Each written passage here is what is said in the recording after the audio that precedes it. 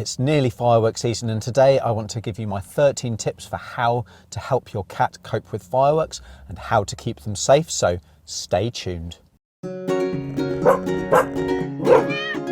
Hi, I'm Dr. Alex from ourpetshealth.com, helping you and your cat to live a healthier, happier life. So if you're not subscribed already, make sure you click on that subscription button down below so that you don't miss out on all my future videos all about helping your cat stay as healthy and happy as possible. So today I'm just on my lunch break and the weather outside is a bit grim, so I'm just recording this video in my car, as you can see. And you know, it's really important to keep your cat safe during fireworks. I was actually on duty last year in the weekend when there were lots of fireworks going on, and unfortunately we had a stray cat admitted that had been hit on the road, had suffered a broken pelvis. Now thankfully she did very well. She was a lovely cat. We managed to find a new home for her. She was also pregnant and she did need a cesarean section as a result of that fracture to her pelvis, so the opening had become very narrow and so she couldn't have given birth naturally. The kittens did great, they're lovely, they all got new homes and she did fantastically well, but you know, that just highlights the risk that fireworks can pose to cats, so it's important to keep them safe. And really my first step to keep them safe and to help them cope is to plan well in advance. There's no point in rushing around like a headless chicken on the evening as soon as when fireworks are going off or just before they're about to start. You know, get your supplies in early, get your plan in place early, and it will just make life much easier for you, and you'll be able to help your cat much better and much more effectively. And kind of sticking with the early planning, kind of my next tip is to actually get your cat microchipped. Now there's a number of different reasons why you should get your cat microchipped, but a big one is that if they do get lost, and so if they escape the house, if they don't come back in and they're outside during the fireworks, then the microchip will allow you to kind of be reunited with your cat if they happen to be taken to a rescue centre, a shelter, to a veterinary clinic. It'll just help you get your cat back. Also, if they do get injured, then it will allow a vet to get in touch with you straight away, which can make all the difference when it comes to treatment that's needed that may very well be life-saving. So definitely think about getting your cat microchipped, and that's important even if they are indoor cats, because it only takes the door to be open a fraction, a window not to be closed, they panic and they head out, and then that's when bad things can happen. The next thing to do is always keep your cat inside during fireworks. That way, if they panic, if they run off, then they're not going to get into difficulty. They're going to be contained within the house. So always keep your cat inside, and that can mean programming your microchip cat flap to not let your cat out after a certain time period. And I've actually got a video that I'll link up here somewhere all about the benefits of having a microchip cat flap. It can also just mean locking the flap in the morning so that when your cat comes in, they can actually come in through the flap, but they're not able to then get out. And that just makes sure that your cat's inside in the evening when fireworks are taking place. Also don't leave it till the last minute. Don't think, well, I'll lock that flap at 6 o'clock or 8 o'clock in the evening. The fireworks aren't planned for another couple of hours, because you might get early ones. Your cat might stray a bit further afield.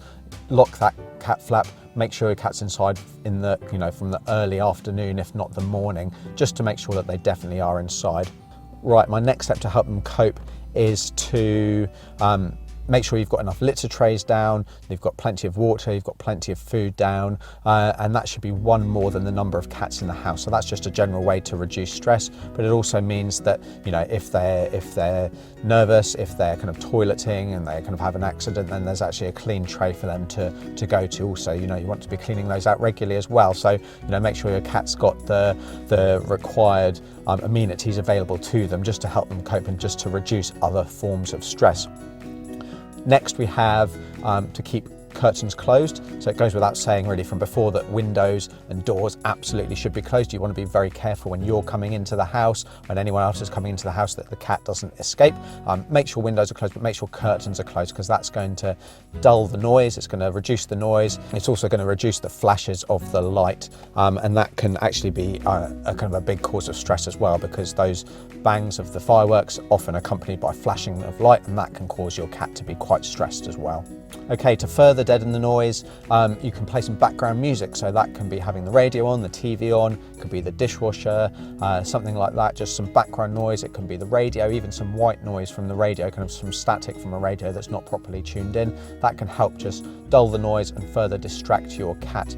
Step number 7 is to comfort your cat, so to provide some comfort to them, some reassurance if they want it. So they might come up to you, they might want to spend all night on your lap, which is absolutely fine, but don't force it, because some cats will prefer to be by themselves in a dark enclosed place. So don't kind of rip them out from there and kind of force your comfort or attention on them. But if they want to be reassured, then absolutely provide that to them. And then that brings me on to step number 8 for how to help your cat cope with fireworks, and that's to actually provide them with a safe place to go. So cats are very three-dimensional. They often like to go up to high areas, and so that safe place might be on top of a wardrobe, it might be in a cupboard, it can be under the bed. So just allow them to have access to these areas, and if they choose to go there, then actually definitely let them go there. Don't disturb them, don't rip them out, just let them kind of be, and that is a way kind of withdrawing that they kind of internally cope with any stress as well. So another thing that we can do is to try and distract them, and now this can be a little bit harder than dogs, who are, you know, more food orientated and maybe more playful, but trying to play with your cat, so using any toys, kind of fishing rod kind of style toys, or some really high value treats, so something that you know your cat loves, mixed in with a chew toy or a treat ball or something like that. So it can just provide a bit of mental distraction and a reward for kind of using that distraction, and help your cat cope and reduce their stress levels. So that's definitely something to think about as well. And then another way to help is to actually consider kind of medication, and that comes in lots of different forms. So the first one often to try is something called Fellaway, which is a pheromone treatment. So that is a pheromone that just helps your cat feel at home. It reduces their stress levels, and it's the same as when cats are kind of rubbing their cheek against items and they're marking their territory. This is kind of a synthetic version of that, and it can make a big difference. It comes in a spray. It also comes in as a plug-in kind of diffuser, air freshener style product, and that is released into the room and can really do a great job in helping kind of reduce cats' stress levels.